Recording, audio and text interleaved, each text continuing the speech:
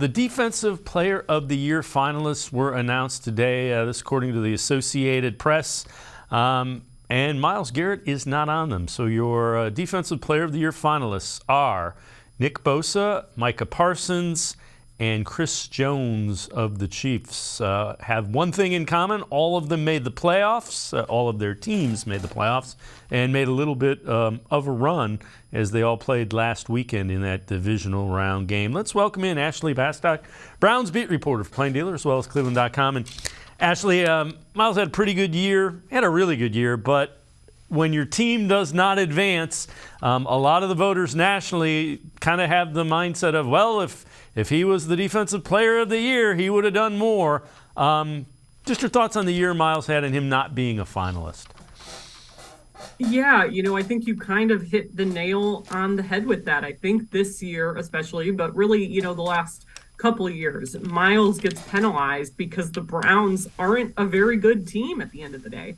And this year, maybe the number one thing that was talked about besides Deshaun Watson was how bad the defense is. So I think that definitely kind of colors the voting in a lot of ways, because you look at those individual stats and Myles is right up there with those three guys. Between the four of them, it's really hard to distinguish what you would get a top three out of. Like if they had a top five, I'm sure Myles is in that top five for voting. But I do think at the end of the day, the fact that the Browns really aren't in that national spotlight the way that the 49ers, the Cowboys, the Chiefs have been this year, two of those guys are still going to be playing this weekend.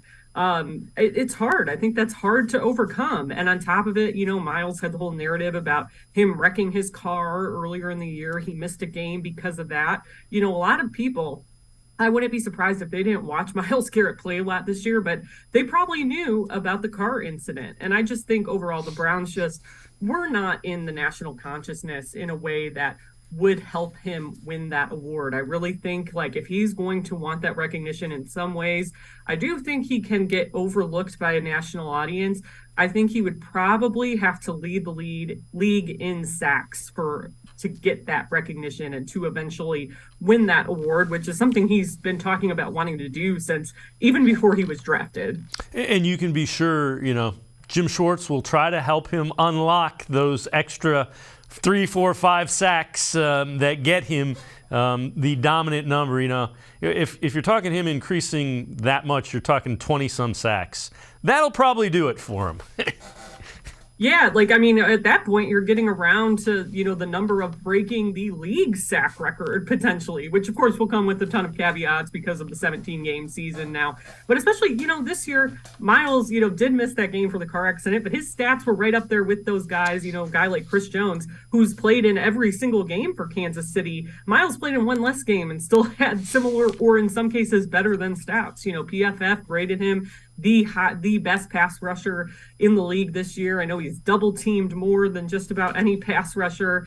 So it's hard. It's going to be hard. He has an uphill battle when it comes to making a dent, but I do think he's a guy who is up for that challenge. And you're right. Jim Schwartz defenses in the past have tended to put their pass rushers in prime positions to get after quarterbacks and to get sacks. So I think this could be a different level to Myles Garrett that we see in a Jim Schwartz defense if all goes according to plan and if that defense looks how we think it's going to. And if the Browns, throughout the rest of the offseason kind of put a premium on upping the talent on that defensive line to play alongside Myles Garrett to maybe free him up even more. Yeah, and the thing that's really interesting in looking at those guys and watching some of their playoff games, Bosa, Parsons, and Jones, they find a way to not get them double-teamed, chipped, and hit as much. So it'll be interesting to see if Jim Schwartz can do that.